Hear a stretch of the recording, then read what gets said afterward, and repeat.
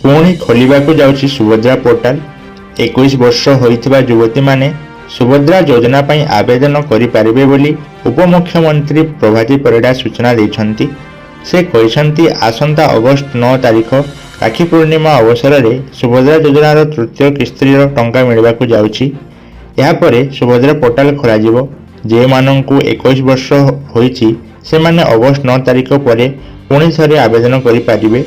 तेणु एथिपाई आवेदनकारी माननकु निकटस्थ जनसेवा केंद्र किंबा मो सेवा केंद्र रे जाई ऑनलाइन आवेदन करबाकु पड़िबो।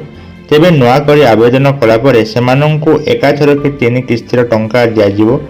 एथिसह पूर्वरु बाद पड़िथिबा 2 लाख हिताधिकारी जोड़िबा पई आउ थरे सर्वे कराजिबो। गाड़ी किनिथिबा 5 एकर जमी थिबा एवं आईटी रिटर्न करिथिबारु एमानंकु बाद दिया जायछि। सेपरि 93,000 हिताधिकारी 60 वर्ष होइथिबारु सामाजिक सुरक्षा विभाग को सेमानंकर तालिका पठाई दिया जायछि।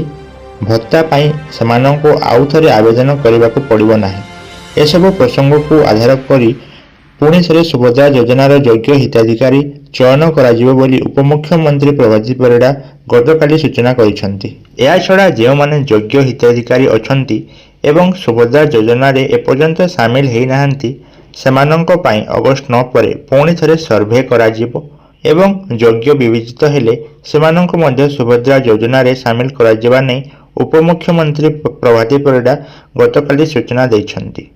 एपरि प्रत्येक दिन लेटेस्ट अपडेट पाई आम चैनल को सब्सक्राइब करंतु। धन्यवाद।